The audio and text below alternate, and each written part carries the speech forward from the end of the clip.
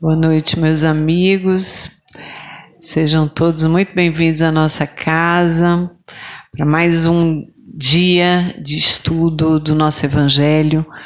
A importância muito grande sempre de estarmos mergulhando nessa grande bússola que é para todos nós que estamos aqui vivendo esses desafios na Terra, precisando muitas vezes desse direcionamento.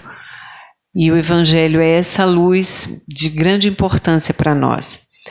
E hoje nós estamos recebendo a nossa querida Edina Santos, lá da nossa Federação Espírita Pernambucana.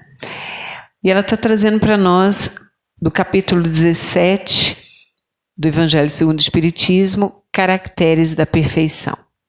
Então, com certeza vamos ter várias coisas aqui para refletir sobre esse tema importantíssimo. Tem alguém vindo à nossa casa a primeira vez? Olha! Qual é o seu nome, minha querida? Gleice. Seja muito bem-vinda à nossa casa, viu? Quem mais? Helena. Seja muito bem-vinda, dona Helena. E você? Rosicleide. Coisa boa ter você aqui, viu? Ali também tem outra mão. Andréa, Margarete, e ali também? Liede. Olha aí, 6 pessoas, tá vendo? Muito bom tê-los aqui, sempre importante e para nós é extremamente gratificante cada vez mais receber esses amigos. Nós temos reuniões nas terças-feiras do Livro dos Espíritos e do Livro Céu e Inferno. Às quartas-feiras nós temos um estudo mais aprofundado da doutrina, que é o ESG e o EAD. A gente está retomando em março agora, tá? As turmas já estão abertas para quem quiser aprofundar mais no estudo da doutrina.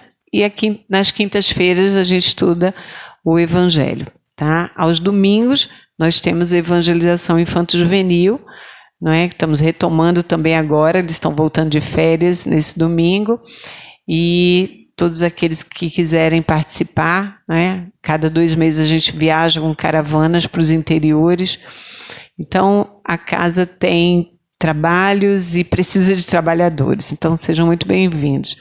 A gente tem o hábito de ofertar o Evangelho àqueles que vêm à casa a primeira vez, tá? Então no final aqui da reunião vocês vão receber o Evangelho. Vamos então à nossa prece de início, para que possamos, dentro dessa sintonia de amor e de luz, receber todas as bênçãos desse momento. Senhor Jesus, Mestre Divino, amigo sublime incondicional de todas e todas as horas, temos a certeza, Senhor, que este ambiente foi preparado nessa noite para que cada um de nós possa receber dentro do seu coração, dentro do seu espírito, dentro da sua mente, exatamente aquilo que estamos buscando. Cada um de nós carrega a necessidade reencarnatória de um entendimento mais profundo de nós, espíritos imortais. Tu sabes das nossas dores, dificuldades e angústias, Senhor. Mas Tu és o lenitivo, a bênção e o bálsamo para cada uma das nossas noites, porque Tu és a esperança de um dia que amanhece. Que hoje, Senhor, cada um dos nossos amigos que aqui estão possam sentir a alegria de receber a boa nova, o Teu Evangelho de luz, de paz, direcionamento, que através da nossa querida amiga possa suas palavras tocarem os nossos corações, nos estimulando, fazendo gerar o verbo esperançar, que possamos seguir adiante, mesmo vivenciando as nossas dores, mas tendo sempre a confiança que Tu estás conosco. Abençoa todos nós, hoje, agora e todo sempre.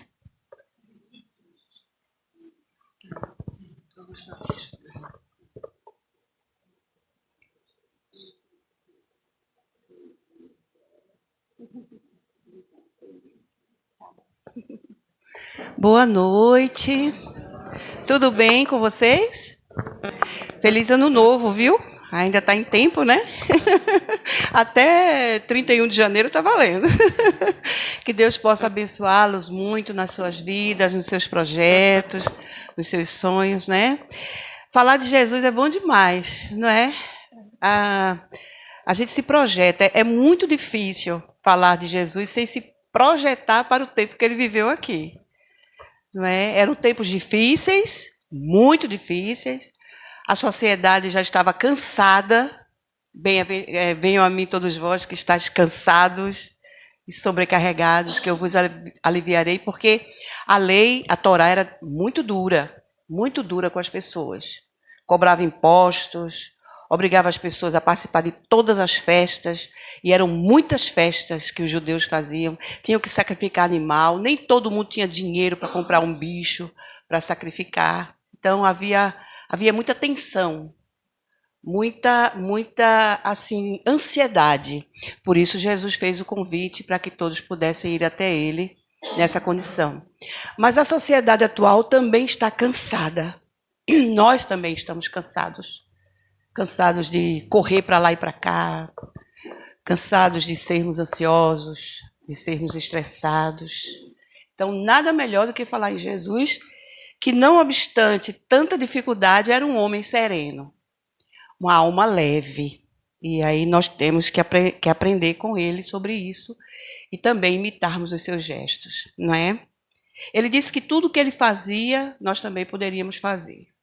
Então, nós temos essa certeza de que também seremos lá na frente espíritos superiores, como Jesus é agora. Na categoria dos espíritos, a doutrina espírita diz que Jesus é um espírito puro. O que é um espírito puro? É alguém que já superou todas as dificuldades que podia existir nas suas existências. A matéria, não é o poder da matéria, a carne fraca, não tem poder sobre um espírito assim.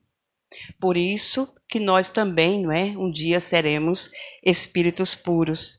Então, na condição de espírito perfeito, né, Jesus nos propõe esses sentimentos de pureza. Esses ensinamentos que ele vai trazendo é exatamente para a gente se aproximar cada vez mais de Deus.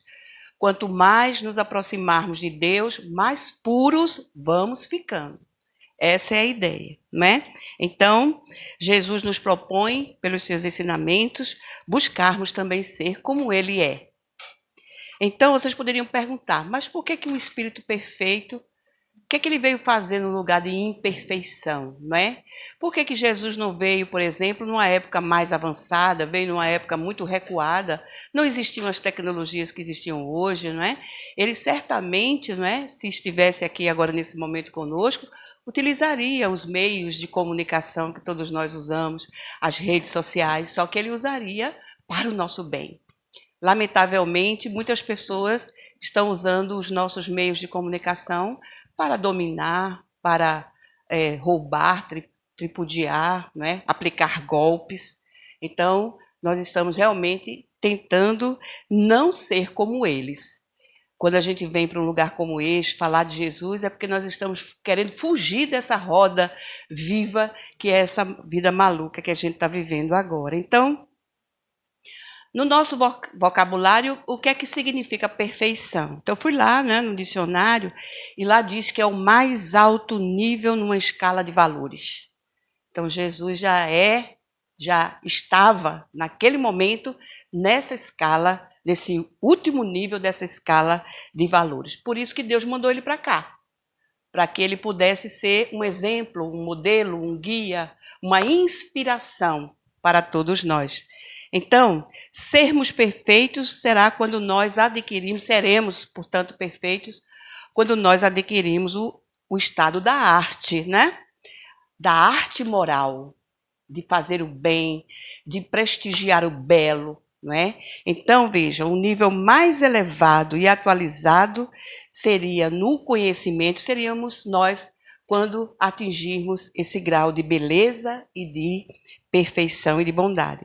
Estaremos aí regenerados. A terra já não terá as problemáticas que hoje ela tem. Então, estaremos todos prontos para sermos espíritos iluminados. Então, seremos nós que vamos agora, quando estivermos nessa condição, ajudarmos e cuidarmos dos nossos irmãos que estarão na nossa condição desse momento. Olha que coisa boa, porque a lei é de progresso e Deus quer que todos os seus filhos progridam, todos, indistintamente.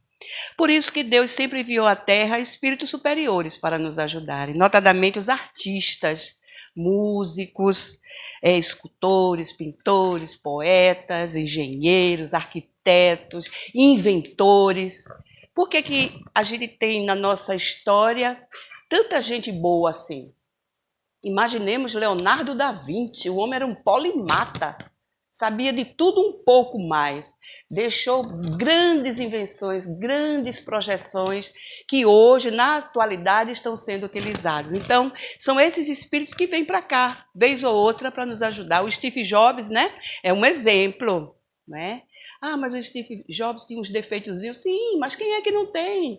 Quem vem para cá, não é, na condição de, digamos, de missionário, muitas vezes é alguém que já errou tanto que não aguenta mais. Aí pede a Deus, Senhor, me ajude, que eu vá para algum lugar onde eu possa, com a minha inteligência, com a minha vontade, ajudar quem estiver precisando. É por isso que eles vêm para cá. A Terra é um ótimo laboratório, porque é um mundo ainda de provas e de expiações. Então, esses espíritos superiores, eles adoram vir para planetas mais atrasados para que eles possam ajudá-los com o seu saber, com a sua inteligência, né? Com tudo que já amealharam durante todas as suas reencarnações.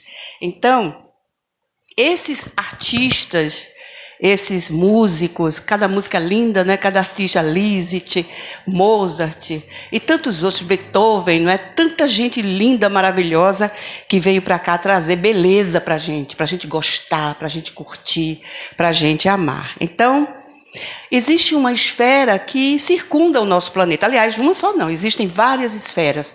Nesse momento estão passando aqui por esse salão as esferas, né? Só que a gente não vê ainda pelos nossos olhos físicos, mas quem tem olhos de ver espirituais consegue enxergar a movimentação que está acontecendo aqui nesse salão do ponto de vista espiritual, não é? Essa esfera que circunda o nosso planeta é a esfera da arte, da cultura e da ciência. Então, é lá onde estão os artistas, todos esses, Mozart, Beethoven, Liszt, né, Bach, todos esses que a gente mais ou menos imagina, Michelangelo e outros mais. Então, eles sempre ali disponíveis para quando Deus os solicitar, eles irem para onde houver a necessidade da presença deles. Então, existe um livro muito famoso da literatura espírita chamado Na Sombra e na Luz. O espírito é Victor Hugo e a médium é Dona Zilda Gama. Nesse livro, Na Sombra e na Luz, Victor Hugo vai falar dessa esfera linda, maravilhosa, que é a esfera da arte, da cultura e da ciência. Então, todos esses cientistas, Galileu Galilei, não é? Isaac Newton, todos eles que estiveram aqui, vieram desse lugar, dessa esfera espiritual e encarnaram aqui na Terra. Então, meus irmãos, quais são, então, as características ou os caracteres da perfeição? A gente vai ver que lá no Evangelho segundo o Espiritismo, Kardec vai, através do próprio Evangelho de Jesus, explicar, né, quais são os verdadeiros caracteres da perfeição. Então, lá Jesus começou dizendo assim para as pessoas que o escutavam naquele momento: ouvistes o que foi dito. Ou seja, Jesus foi buscar lá atrás, porque ele sempre fazia isso, né? Por isso que nós espíritas estudamos o Antigo Testamento também. Não existe estudo espírita sem a junção desses dois testamentos. Para a gente entender o novo, muitas vezes nós temos que ir para o antigo. Então, nós espíritas primamos o estudo do Antigo, o Velho e do Novo Testamento. Então, por quê? Porque no Novo, Jesus, vez ou outra, ia buscar alguma coisa do Antigo para lembrar o povo daquela atualidade o que precisava fazer para sair daquela situação. Então, ele foi lá, não é, nos antigos e disse: ouvistes o que foi dito. Por que ouvistes? Porque todo mundo era obrigado a estudar a Torá. Naquela época não tinha brincadeira, não. Todos tinham que estudar a Torá. Então, eles já deviam ter estudado essa passagem, né? Então, ouvistes o que foi dito, amarás o teu próximo e odiarás o teu inimigo. Jesus falava aqui do olho por olho e do dente por dente, que era uma regra de conduta moral, entre aspas, né? Que havia naquela época. Então, para os adeptos do olho por olho e do dente por dente, nunca ia deixar de existir vingança. A vingança seria um ato permanente. Então, imaginemos que Jesus precisou consertar isso aí. Por isso que ele veio também para, como ele bem disse, não vim destruir a lei, eu vim dar a ela o seu verdadeiro sentido. E o verdadeiro sentido da lei não era o olho por olho e o dente por dente, né? Então, ele disse disso aí, né? Ele veio falar disso aí, que um dos lados, pelo menos, alguém teria que, nessa hora, não querer briga, não querer confusão. Por isso que Jesus disse, devereis amar os teus inimigos. Porque se fosse realmente, não é, eternamente, essa coisa do olho por olho e do dente por dente, nós nunca sairíamos dessa roda viva. Seria permanente isso aí. Alguém tem que pelo menos desistir. Quando eu era criança, eu escutava minha mãe falar um ditado popular, que ela dizia assim, quando um não quer, dois não brigam. Então é mais ou menos isso que Jesus está dizendo. Ame a pessoa, amar a pessoa não significa dizer que é amar como você ama sua esposa, como você ama seu marido, como você ama seus filhos, mas você precisa pelo menos não ter sentimentos de vingança, de ódio, de rancor, de ressentimento contra essa pessoa. Era isso que Jesus queria dizer, ou seja, ele queria que as pessoas desistissem de ser violentas. Porque o que é que dizia lá na Gênesis? Que o primeiro assassinato que houve na história do povo hebreu foi quando Caim matou Abel, não é? Nós sabemos que são dois mitos, né? Caim e Abel são mitos representativos que Carl Gustav Jung chama de arquétipos, são pessoas que representam personagens criadas, mitos são criados, foram criados por Moisés, porque os hebreus também tinham a sua própria mitologia, e aí Caim representa todos os homens violentos do planeta e Abel, todos os homens passivos do planeta, não é? Então, Jesus queria que pelo menos um deles, não é, caísse na real e não quisesse confusão e orasse pelo outro e tentasse entender o problema do outro. Então vejamos, Jesus ali também estava tentando consertar erros de linguagem. Por quê? Porque o idioma que eles falavam naquela época também era o aramaico. E o aramaico era uma língua de poucos recursos. Então, para você representar alguma coisa, dava trabalho. Por exemplo, é mais fácil entrar um camelo pelo fundo de uma agulha do que um rico entrar no reino dos céus. Mas é o camelo bicho que Jesus está falando? Não, é o camelo corda. Porque naquela época, é como aqui hoje, a gente tem manga de roupa, manga de comer, manga de candeeiro, mangá do verbo mangar, não é tirar partido de alguém, ou seja, o nosso vocabulário é muito pobre, sabiam disso? Apesar de a língua portuguesa ser uma das línguas mais ricas do planeta, para os espíritos, ela ainda é uma língua pobre. Por isso que os espíritos nem sempre conseguem se comunicar conosco da forma mais correta, porque eles não encontram palavras. Por exemplo, no nosso vocabulário existe uma palavra que em outro país ninguém consegue dar o devido sentido, que é a palavra saudade. Então, nós ainda somos muito pobres do ponto de vista da linguagem, daí a dificuldade dos espíritos. Mas, o que estava escrito lá no original em aramaico da lei, da Torá? Que tu não tens obrigação de amar o teu inimigo, não é? Olha aí. Então, por isso que Jesus vai propor, não é, em seguida, que nós amemos, mas no sentido de odiar menos, pelo menos, não é? Então, nos escritos do Corão, o que é o Corão? É um sítio histórico que hoje existe lá em Jerusalém, não é? Lá perto da Cisjordânia, por ali, onde foram encontrados os manuscritos do Mar Morto. E nesses manuscritos já falava dessa questão que Jesus está falando exatamente nesse momento. Ou seja, que lá nos escritos do Corão diz aversão aos pecadores, não é? Então vejam, um diz que tu não deves odiar o teu, não é? O teu inimigo, o outro não deve ser tão tolerante com eles. Então essa confusão de ideias fazia com que o povo odiasse os inimigos. Daí Jesus, não é, vai dizer: porém, eu vos digo. O que é que diziam os antigos? Que você devia odiar os seus inimigos. O que é que eu digo agora para vocês? Eu digo que amai os vossos inimigos. Então, orai pelos que vos perseguem, fazei bem para os que vos odeiam, pelos que vos maltratam. Então, desse modo, vos tornareis filhos de nosso Pai que está no céu. Porque Ele, o nosso Pai, faz nascer o sol para todos, bons e maus.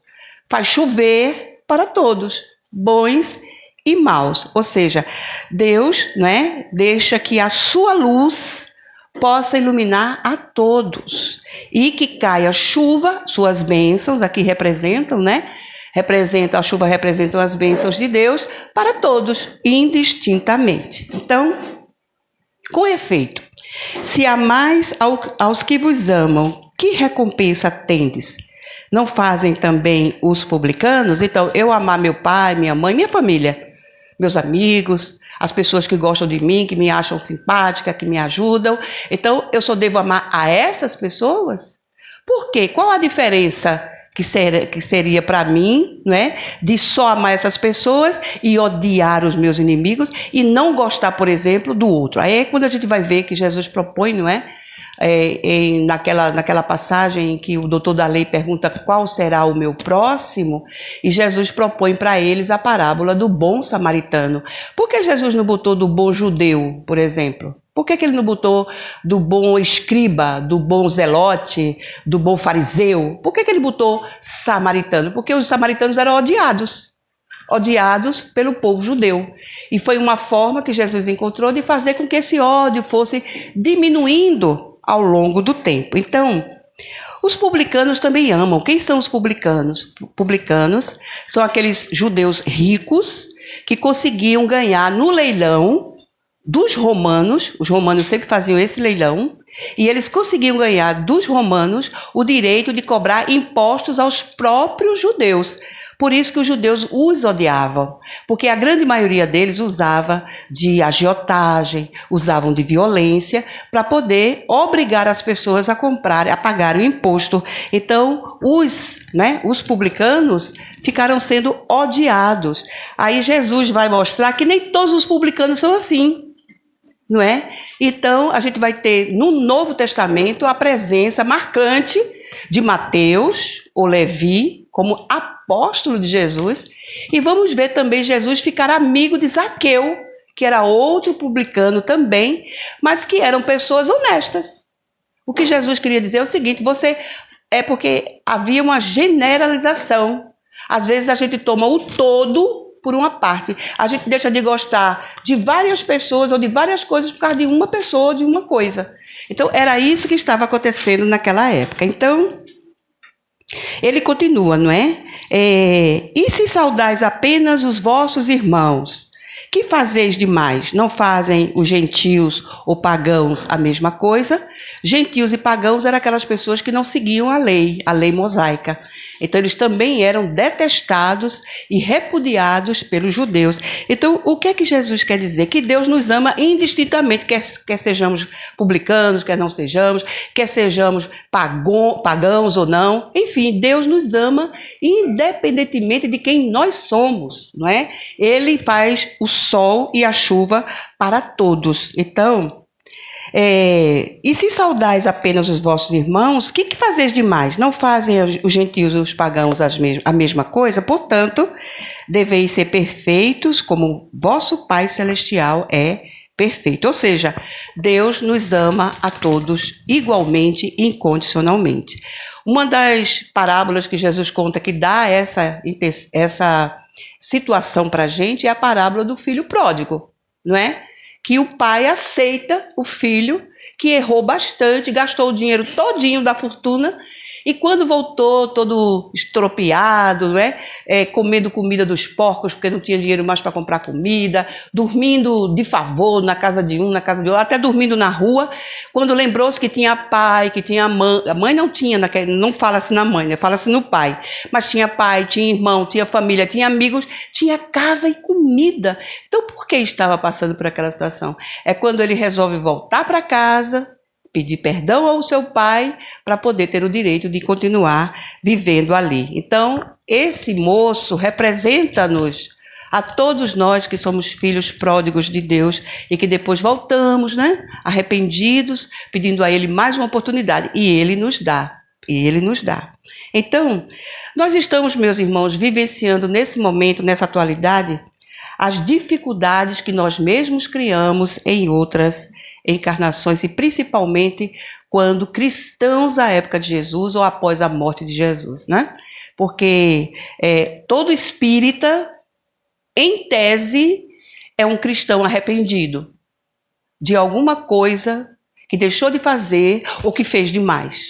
Então, é como Emmanuel diz também com relação aos médiuns. Todos os médiuns, ou a maioria deles em sua generalidade, são pessoas que erraram bastante e pedem a Deus virem na condição de médiuns ostensivos para, com a mediunidade a serviço de Jesus, possam ajudar nossos irmãos que sofrem nas zonas de sofrimento da espiritualidade e também aqui na Terra, né? Então, dificuldades, nós tivemos muitas dificuldades de relacionamento. É uma das coisas que mais nos permitem encarar de uma maneira negativa as obsessões. Então, as dificuldades de relacionamento, os comportamentos abusivos que já podemos ter tido, sexualidade à flor da pele, sem freios, sem cuidados, né? É o que nós estamos observando. Dificuldade de perdoar, não somente 7 vezes, mas 70 vezes 7 vezes. Então, grande parte das criaturas humanas estão vivendo uma espécie de ambivalência emocional. O que é isso? É com pensamentos e sentimentos opostos, entre tapas e beijos, entre amor e ódio. É o que a gente tem visto aí na TV, nos jornais, o crescimento do feminicídio, o abuso em crianças, não é? Estupro, todas essas coisas devido a essa ambivalência emocional. Então, tudo isso em relação a uma pessoa, em relação a uma coisa ou uma causa. Então, as mensagens de ódio na internet são, né, uma realidade. 3 universidades italianas fizeram um levantamento na internet e levantaram mais de 1 milhão de mensagens de ódio na internet. E a grande maioria contra judeus, contra estrangeiros e contra as mulheres. Então, é essa situação que nós ainda vivenciamos, embora já se tenha passado 2025 anos. Então, é muito difícil, está sendo muito difícil. Mas o apóstolo Paulo, sem falar que nós estamos ainda nesse contexto atual, com mais de 56 focos de guerras. Parece que o planeta está em paz. Não está. É uma impressão falsa nossa de que o planeta está em paz. Por isso que nós precisamos, cada dia mais, aproximarmos o nosso coração de nosso Senhor Jesus. Por isso que é tão bom falar de Jesus. Porque quando a gente fala nele, ele imediatamente vem para junto da gente, nos inspira, nos abraça, nos ajuda em tudo que nós precisamos. Então vejamos, o apóstolo Paulo foi uma pessoa que enfrentou muitas dissidências, discussões, relacionamentos horrorosos entre os seus adeptos, né? Então, por isso que Jesus o inspirou a escrever cartas. Porque ele estava sem saber como fazer, ele não tinha tempo, não tinha condição de estar em 2, 3 lugares ao mesmo tempo. Então, muito preocupado, fez uma prece a Jesus, pediu ajuda e Jesus apareceu para ele e disse para ele assim: escreva cartas em meu nome, que daqui eu lhe darei toda a ajuda que você precisar. Então, as cartas de Paulo foi a tecnologia, vamos dizer assim, da vez, foi a sua rede social, foi a sua rede de apoio para ajudar os irmãos que estavam em Corinto, na Tessalônica, na Filipeia, aonde quer que essas pessoas estivessem. Então, na sua carta que ele escreveu aos Efésios, lá no capítulo 4, ele vai dizer o seguinte, Paulo,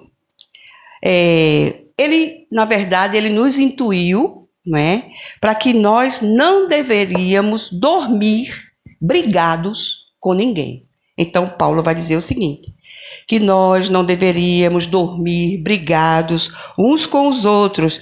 Ao perguntar na sua carta, ele disse o seguinte, estáis encolerizados? Porque nesse momento estava acontecendo um grande tumulto lá em Éfeso, e os irmãos de Paulo estavam brigando entre si questões políticas. Daí ele precisou escrever essa carta. Estáis encolerizados? Não pequeis, não se ponha o sol sobre o vosso ressentimento, ou seja, que o dia não anoiteça sem que a gente tenha resolvido nossas pendengas espirituais. É muito papel, né, gente? Desculpem aí, viu? Mas é a memória auxiliar, né? Então, não deis oportunidade ao diabo, né? O diabo, nós sabemos que na época de Jesus, as pessoas acreditavam no diabo mesmo, né? O demônio com chifre, né? Com aquele tritão, né, tentando furar as pessoas, eles acreditavam assim, né? Nós aprendemos que o diabo é um conjunto, é uma palavra que representa um conjunto de pessoas más, perversas, que fazem o mal, que se juntam somente para isso. Então, não deis oportunidade alguma ao diabo. Fazer as pazes antes de se completar o ciclo de um dia. Então, quando isso acontece, nós estamos nos garantindo na nossa segurança espiritual, ou seja, na nossa paz interior, negando espaço emocional para as insinuações das sombras. Então, vejam, quando a gente passa recibo nas discussões, quando a gente estimula as discussões, nós estamos abrindo o nosso campo energético para que os espíritos perigosos possam se aproximar e provocar em nós as mais diversas manifestações de obsessão. Então, Paulo nos lembra disso aí. Quanto mais dura o ressentimento, igualmente dura e aumenta a sintonia e o intercâmbio telepático obsessivo. Daí o cuidado que nós temos com a nossa saúde mental, não é? Vamos colocar na nossa casa mental pensamentos positivos, construtivos, que nós possamos realmente sermos beneficiados pelo nosso lado luz, porque nós ainda temos dois lados. Lamentavelmente, nós temos o nosso lado luz, mas ainda mantemos escondidinho, nem que seja lá no fundo da alma, o nosso lado sombra. E de vez em quando ele aparece. Daí a gente tem que ter esse cuidado. Então, na verdade, o que acontece para a gente? Nós temos a perfeição espiritual proposta pela doutrina espírita. E que através de vários espíritos e através também do nosso codificador, trouxe para a humanidade saídas para as suas dificuldades morais e espirituais. Então, Deus possui a perfeição infinita. Quando Jesus disse, sede perfeitos, como perfeito é o vosso Pai Celestial, ele não quis dizer que nós vamos ser absolutamente perfeitos, porque a perfeição absoluta só Deus a tem. Porém, ele que é perfeito quer que os filhos também sejam. Ora, todo pai quer que seus filhos fiquem bem, que seus filhos deem certo, que seus filhos sejam vitoriosos, que tenham uma boa carreira, que se casem, que se amem, que tenham filhos, que lhes dê neto, né? Então vejamos, do mesmo jeito que Deus quer isso da gente, o nosso pai daqui também quer, o nosso pai humano também fez isso pra gente, investiu na nossa educação, para que nós crescêssemos pessoas de bem, pudéssemos ter uma carreira sólida, pudéssemos ter a nossa própria família. Então, o nosso Pai Celestial não é diferente do Pai aqui da Terra, só que a diferença é que nem sempre o Pai da Terra dá a segunda chance. O Pai do céu sempre dá. Segunda, terceira, quarta, quantas forem necessárias. Então, Jesus ele teve que mostrar para a gente um modelo, deixar alguma coisa que nós pudéssemos nos inspirar, daí ele falar que nós deveríamos ser perfeitos, como perfeito também é o nosso Pai Celestial.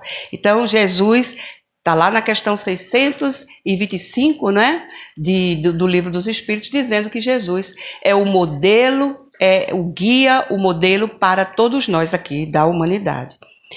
E daí, outra coisa que também nós estamos sujeitos, que não vamos conseguir evitar, é o progresso perene. Mesmo aquele que nesse momento atrapalha o progresso, um dia ele vai dar vazão ao progresso. Um dia ele vai cansar de ser contra o progresso, né? Kardec perguntou isso também aos espíritos. Quando uma comunidade, um povo, uma civilização demora muito para progredir, qual é, então, a solução? Aí os espíritos responderam.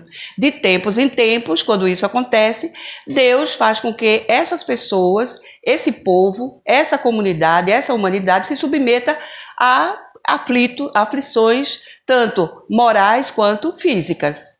Então, por exemplo, nós tivemos um abalo físico recentemente, que foi a pandemia. Não foi uma endemia, não é? Foi uma pandemia, ou seja, o mundo inteiro entrou no mesmo patamar de problema. E daí, esse é um abalo físico. Daí, desse abalo, o que é que pode surgir de bem e de bom para a humanidade? Muita coisa. Muitas pessoas preocupadas e se debruçando para tirar de nós todos esses perigos, né? Então, a gente pelo menos entende que a humanidade está muito preocupada com as questões físicas, né? Os antibióticos, as vacinas, a clonagem e tantas outras coisas que a ciência humana tem se debruçado para encontrar soluções as mais diversas para que nós possamos ter qualidade de vida, vida longa, porque o ideal é esse. O ideal de Deus é que a gente só saia do planeta pela morte, quando nós tivermos cumprido todas as nossas promessas que a gente fez na espiritualidade, cumprido todos os objetivos que nós nos propomos a passar. Mas, às vezes, por questões até de rebeldia moral, nós simplificamos, diminuímos esse tempo, usando mal as nossas energias físicas, dilapidando nossas energias. Daí, muitas vezes, voltamos para o mundo espiritual ainda devedores, porque não conseguimos ali, não é?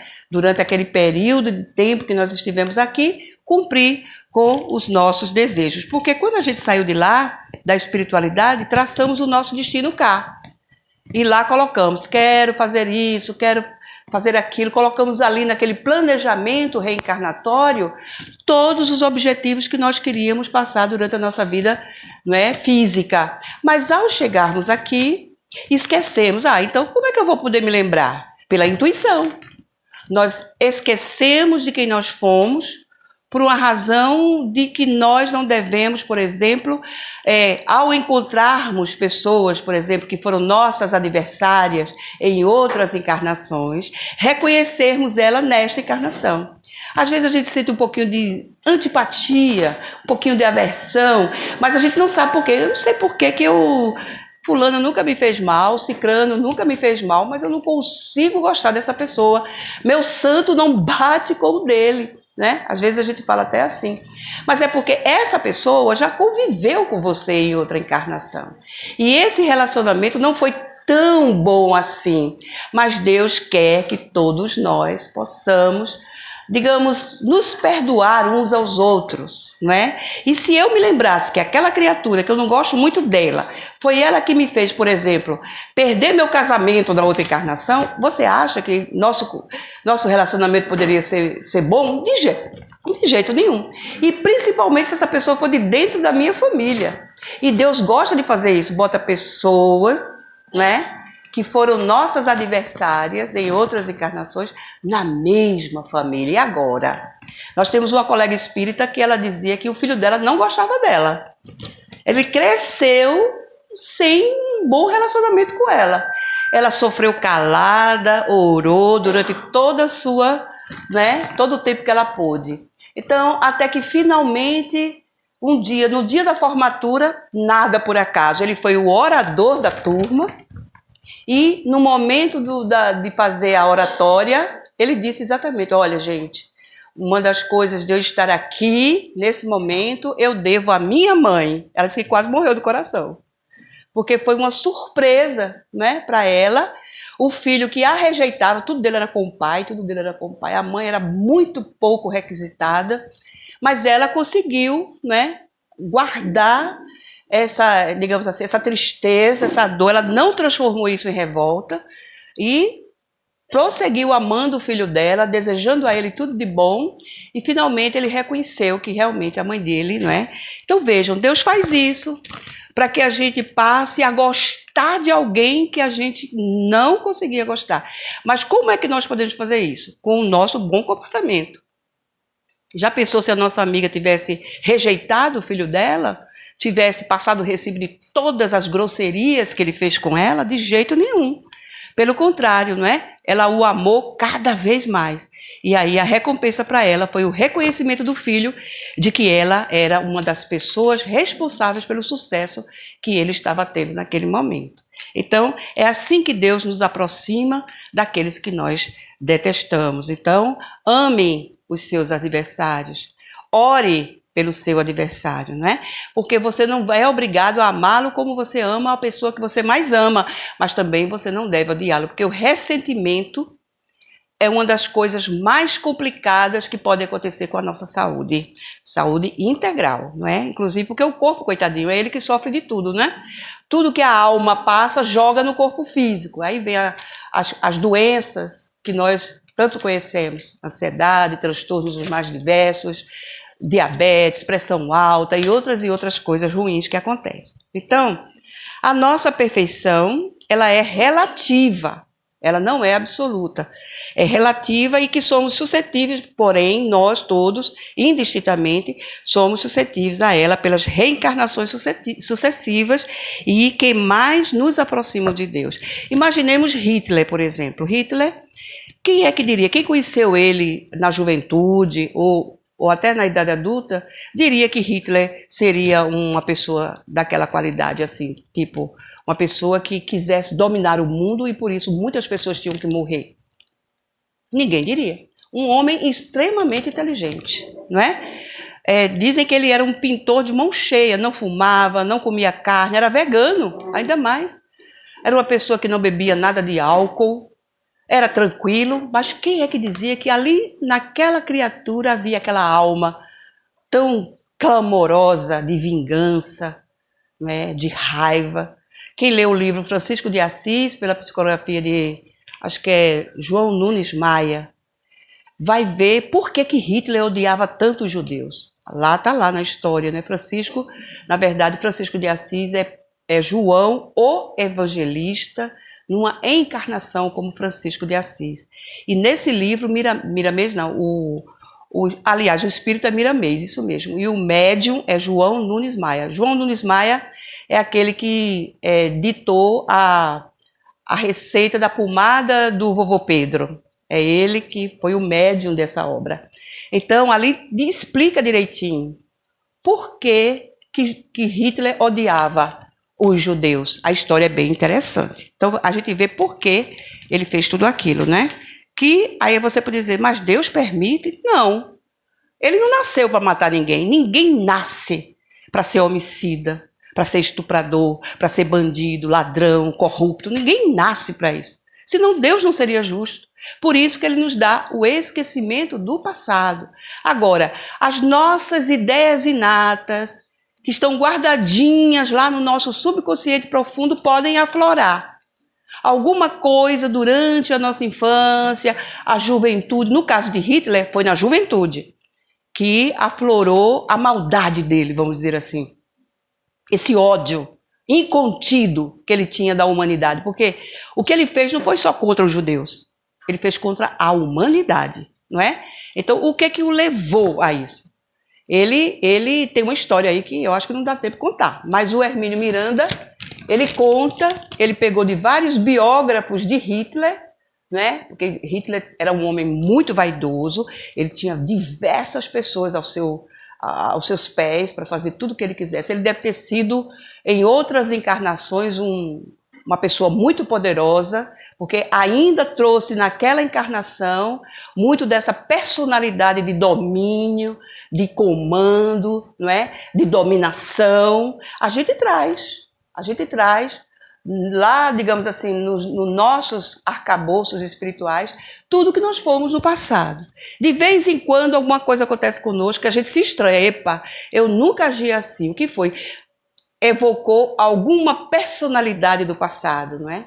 Existem casos de pessoas de personalidade dupla, que é exatamente elas que têm essa facilidade de se lembrar de quem foram em outras encarnações. Teve até uma novela, que eu acho que era Glória Menezes, que fazia o papel, que ela tinha dupla personalidade. André Luiz vai falar isso em várias daquelas obras que a gente conhece, né? A Vida no Mundo Espiritual, onde André vai abordar diversos casos de múltipla personalidade, porque a pessoa evoca personas dela do passado e traz para a vida atual. E depois fica, eu não me lembro e tal. Por quê? Porque foi algo que estava bem guardadinho, lá no fundo, lá no subconsciente. André vai falar que o nosso cérebro, né, é um castelo de 3 andares. A nossa mente, né? Porque o cérebro é só a casca, né? Na verdade, não é o cérebro que pensa, quem pensa é o espírito. Agora, as sinapses nervosas do cérebro, elétricas, melhor dizendo, vão produzir a fala, vão produzir o pensamento, vão produzir várias coisas. Mas quando eu morrer, esse cérebro aqui não vai valer de mais nada, né? Tudo que aconteceu, tudo que ele guardou, todas as imagens que estão guardadas nesse momento no meu cérebro, o espírito vai pegar de volta. É como se ele fizesse um upload, né? Quem já viu falar dessa palavra, upload, né? Você tira do computador e joga para a memória. Então, vai tirar do cérebro e joga para o subconsciente. Aí fica tudo guardadinho lá, o upload está lá guardadinho. Ou seja, esse momento agora que nós estamos vivendo, poderemos lembrá-lo quando estivermos no mundo espiritual, porque está guardadinho lá no nosso arcabouço. Então, vejamos, né? Então, vejam, Jesus nos mostra aqui, não é, que a essência da perfeição é a caridade. Você não odiar uma pessoa, muito embora ela não goste de você, é um gesto muito nobre. Não é para todo mundo, eu sei, é difícil. Você esquecer uma maldade que alguém lhe fez, mas não é para esquecer, não. Nós não somos computadores, que você vai lá e apaga a informação, vai lá na CPU do computador e apaga. Não é assim, nós não somos máquinas. Nós somos gente, nós somos espíritos. Daí não esquecermos o que alguém fez com a gente. Porém, essa memória não precisa necessariamente ser sempre uma memória amarga. Eu posso, de alguma maneira, me livrar disso aí. Então, é assim que nós podemos, não é, imaginar, quando Jesus diz que nós devemos ser perfeitos, como Deus é perfeito também, é que lá no Gênesis, no livro de Gênesis, né, o livro da codificação é Gênese. Esse de Moisés é Gênesis, em latim mesmo, né? Então, no livro de Gênesis, lá no capítulo 1, Moisés vai dizer que nós que nós fomos criados à imagem de Deus e semelhança. A imagem e semelhança de Deus, ou seja, é como se Deus fosse como nós somos, né? Nesse momento. Por isso que a gente vê digamos, nas ilustrações das revistas, de gibis, de tudo, Deus como um senhor de idade, não é? Ou seja, representando toda a experiência, porque o idoso, ele é representação de toda a experiência que a vida humana tem. Todos nós, não é, pelos saberes que nós fazemos em conjunto, nós criamos o que Jung chama de inconsciente coletivo. Então, no nosso inconsciente coletivo, a ideia de que Deus é um senhor de idade, tem cabelos compridos, são brancos, tem barba, e em algumas ilustrações ele tem até um olho aqui, um terceiro olho aqui na testa, ou seja, é para dar aquela ideia de que Deus é presença, não é? Que Deus está presente em toda parte. Tem até um pensamento que tem lá no oráculo de Delfos, que diz exatamente isso. Convidado ou não convidado, Deus está sempre presente. Então, os ateus, me desculpem, mas Deus está presente. Os agnósticos, nos perdoem, mas Deus está presente em tudo o que nós possamos imaginar na nossa vida, né? Então, continuando aqui, Jesus nos mostra que a essência da perfeição é a caridade. Então, quando a caridade for a nossa virtude mais importante, mais firme, estaremos aí na perfeição. Na sua mais ampla acepção, por que é assim? Ela é a essência. Porque implica a prática de todas as outras virtudes. Quais são? Humildade, paciência, indulgência. São muitas as virtudes que nós, digamos assim, criamos em nós mesmos a partir do sentimento de caridade. Para o espírita, a palavra de ordem é: fora da caridade não há salvação. Não é? Então, nós sabemos, entendemos com o Espiritismo que nós estamos no caminho correto. Então, nossos vícios, por exemplo, nossos defeitos, tudo isso tem princípio no orgulho e no egoísmo. O orgulho é tão perigoso, meus irmãos, porque ele é um sentimento que não nos permite perceber o quanto nós somos egoístas, o quanto nós somos prepotentes. Ou seja, o orgulho não nos deixa ver os nossos próprios defeitos. Vejam que coisa perigosa. Então, a pessoa orgulhosa, ela se sente a pessoa, ela se acha a pessoa, porque ela não vê defeitos nela mesma, ela só vê o defeito dos outros, não é? Dela ela não consegue enxergar, por isso que é perigoso o orgulho, não é? Então, Jesus vai dizer que esses sentimentos, eles destroem as nossas e enfraquecem as nossas virtudes. Daí a necessidade que temos de combater, não é, o orgulho e o egoísmo. Então, quais são os verdadeiros elementos que nós devemos nutrir em nossos corações para vencermos o orgulho, vencermos o egoísmo e sermos pessoas caridosas? Então, é o BIP de Jesus, né? O que é o BIP de Jesus? Porque foi perguntado, Kardec perguntou aos espíritos, como é que Jesus vê a caridade? Para ele, como é ser caridoso? Aí os espíritos responderam: é ser benevolente para com todas as pessoas, ser indulgente para com as faltas dos outros e perdoar as ofensas. Aí nas aulinhas de evangelização a gente coloca para as crianças, para os jovens, que é necessário que todos nós desenvolvamos em nós o BIP de Jesus. Todo mundo sabe o que é o BIP, não é? O BIP é o ancestral do celular, não é?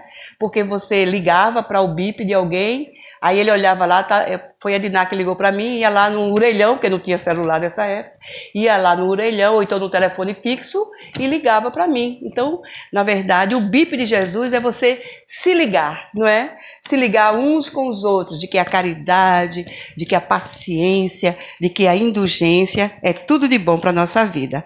Ou seja, a abnegação, ou seja, você ser abnegado, ser motivado, ser focado na sua melhoria moral e também na ajuda ao próximo, faz com que nós tenhamos em nós os caracteres da perfeição. O devotamento, não é? Se devotar ao que está fazendo. Se é uma causa social, se dedique a isso.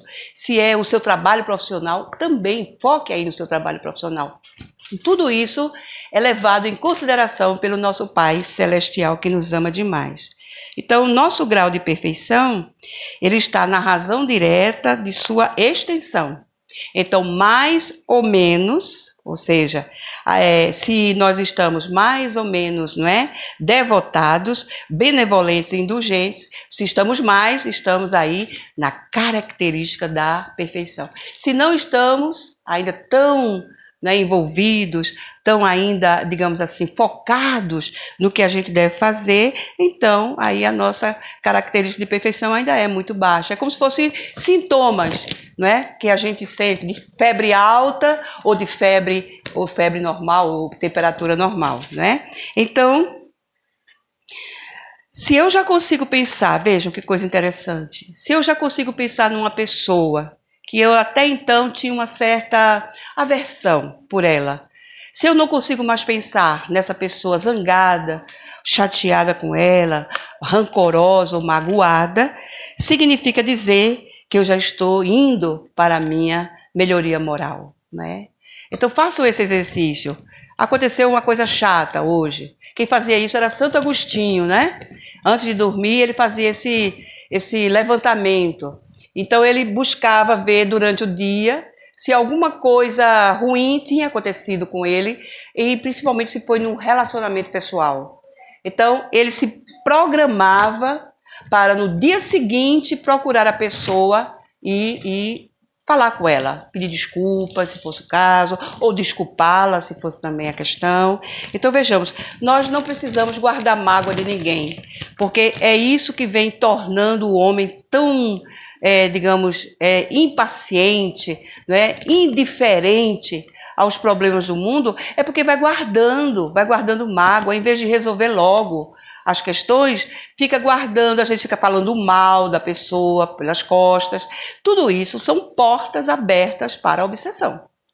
Porque todo sentimento de ressentimento, de mágoa, nos levam a esse estado de coisas. E nós sabemos que, às vezes, o processo obsessivo para se desinstalar leva tempo. Leva muito tempo.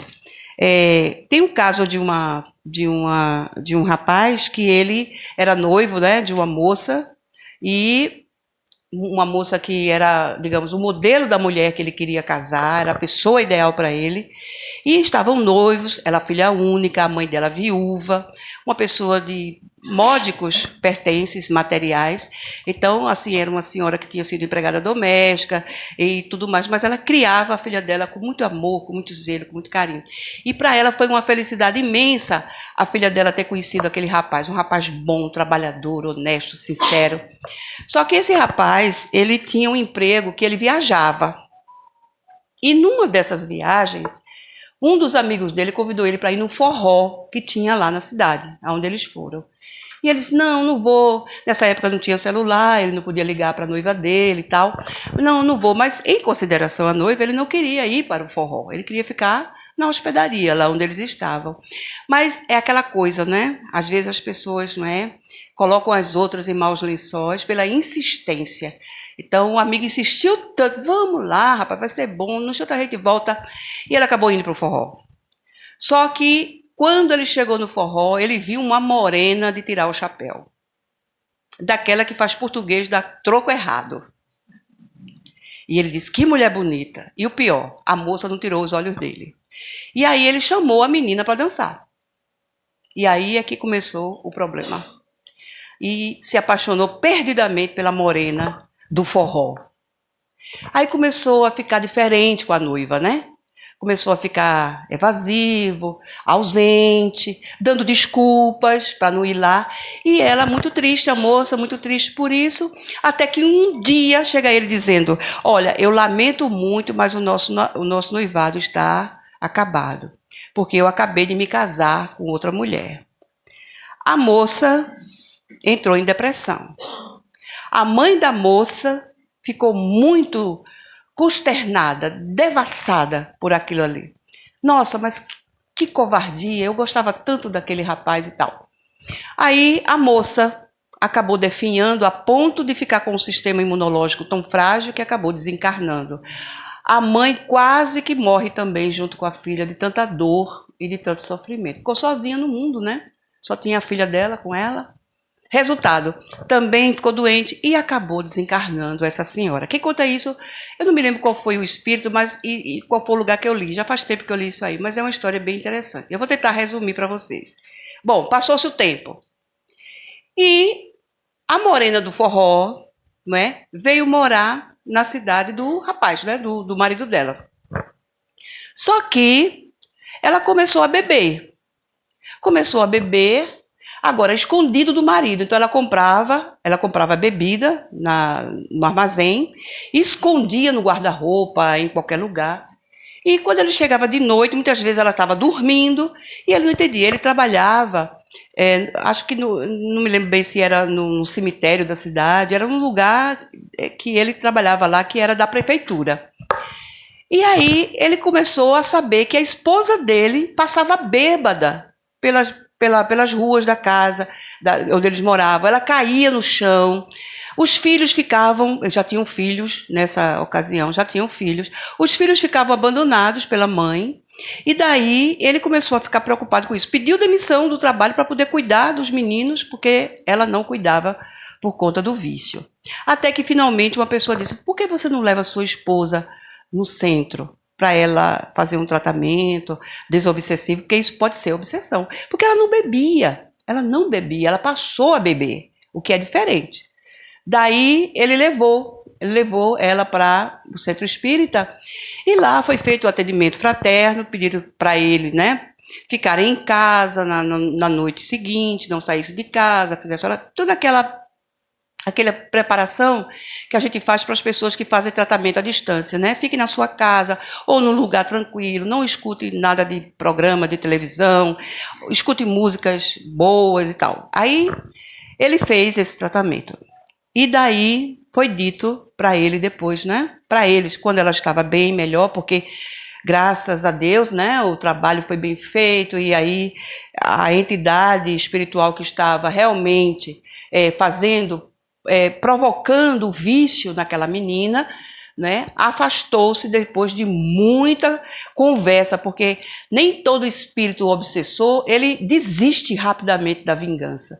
Às vezes são precisas várias e várias reuniões mediúnicas seguidas com aquela entidade até que ela se convença de que aquela pessoa que ela está perseguindo não é mais aquela pessoa que ela pensa, aquela pessoa que ela detesta, enfim. Aí, quem vocês acham que estava fazendo a moça beber? A noiva? A mãe. A mãe. A noiva, ela conseguiu perdoar, né? Veja, perdoar, quando a gente perdoa, a gente se liberta daquele processo. A gente corta ali aquele laço perigoso que havia entre nós. No caso da mãe, não. A mãe não perdoou o genro, né?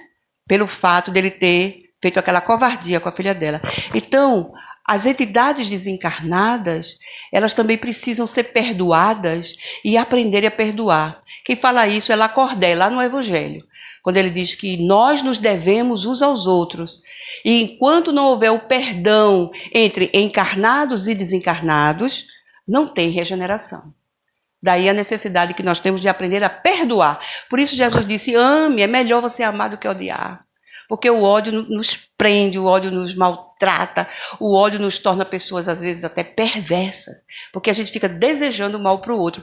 Como diz Paulo, também no Evangelho, que existe o perdão dos lábios e existe o perdão do coração. O perdão dos lábios é aquele, tá bom, eu te perdoo, mas desapareça da minha frente, não quero ver você nunca mais. Você perdoou? Não, você foi orgulhoso e disse àquela pessoa, saia da minha frente. Agora, se você tivesse dito, olha, tá bom, eu lhe perdoo, vou orar por você, era outra história. Mas desapareça, que eu não quero mais nem lhe ver, nem morto, não é? Então, isso é perdão? Isso é orgulho. No mais alto grau. Eu lhe perdoo, mas Deus vai lhe castigar. Isso é perdão? É perdão de Deus? De jeito nenhum. Então, o perdão do coração não é o perdão do esquecimento da falta, mas é o perdão da compreensão. Por que aquela pessoa fez aquilo comigo? Devia estar passando por alguma situação na casa dela, algum problema, alguma coisa, porque ela não é assim. Então, ela foi grossa comigo por uma circunstância, não porque ela é grossa. Mas a gente já diz logo, não, aquela moça é muito grossa, né? A gente já taxa a pessoa, já nomeia a pessoa com aquele defeito que a gente acha que ela tem. Então é isso. Seremos perfeitos quando aprendermos a perdoar efetivamente com o coração. Enquanto for só da boca para fora, não tem perdão. É orgulho, é prepotência, é arrogância, nunca caridade, né? E o perdão é um dos mais belos gestos de caridade que nós podemos expressar por alguém. Tá certo assim? Então, obrigada. Boa noite, Deus abençoe.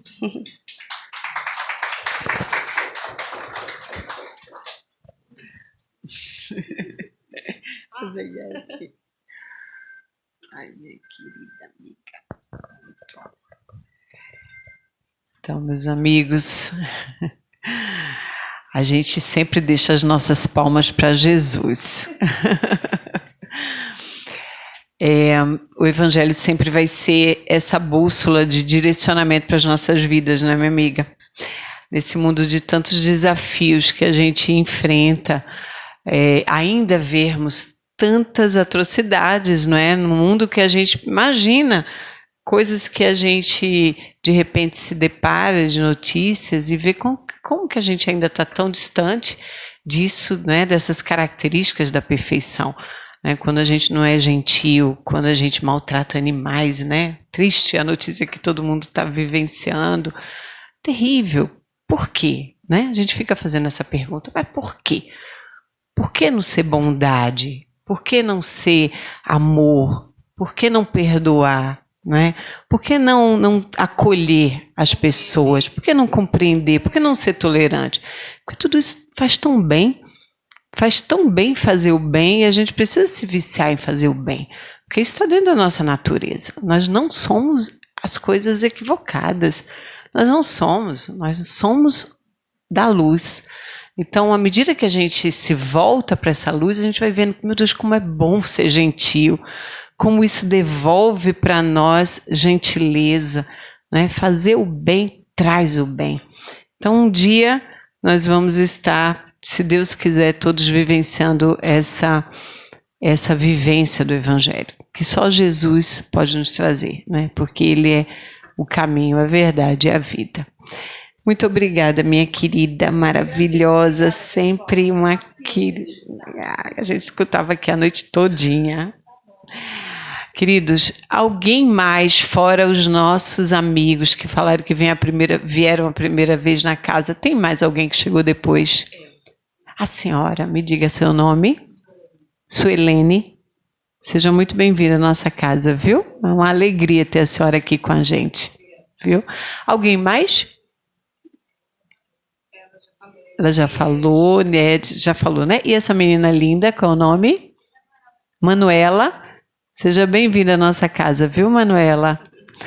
A gente tem o hábito de ofertar o evangelho àqueles que vêm à casa a primeira vez, tá? Aqui no final da nossa reunião, podem vir buscar o evangelho.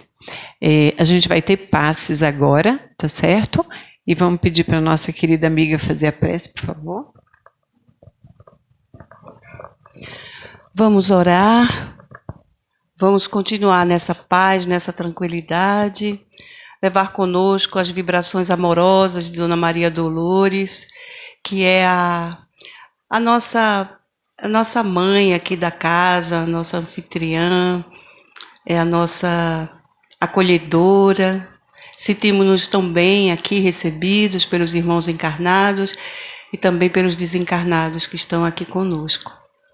Que Jesus possa nos abençoar a todos, indistintamente. Que Ele possa nos ajudar a sermos pessoas de bem, pessoas melhores. Já somos, em verdade, já somos pessoas de bem. Já tentamos fazer o bem na medida do possível, das nossas condições, mas podemos fazer muito mais, porque o bem é inesgotável e o bem não tira férias. O bem está sempre presente. Então, Senhor Jesus, muito obrigada por esta casa de trabalho e de oração, pelos seus trabalhadores, encarnados, desencarnados, pelos frequentadores, pelos voluntários, por todas as pessoas que nos querem bem, mas também, Senhor, nos ajude a compreendermos aquelas que não nos querem bem ainda. Vamos orar por elas todos os dias, Senhor, para que elas possam abrandar seus corações e se aproximarem do nosso coração. Que a sua paz, que o seu amor imenso estejam sempre conosco em todos os momentos da nossa vida. E que as bênçãos de Deus, nosso Pai, soberanamente justo, infinitamente bom e misericordioso, possam derramar suas bênçãos sobre todos nós, Senhor, hoje e para todo sempre. Obrigada, Jesus.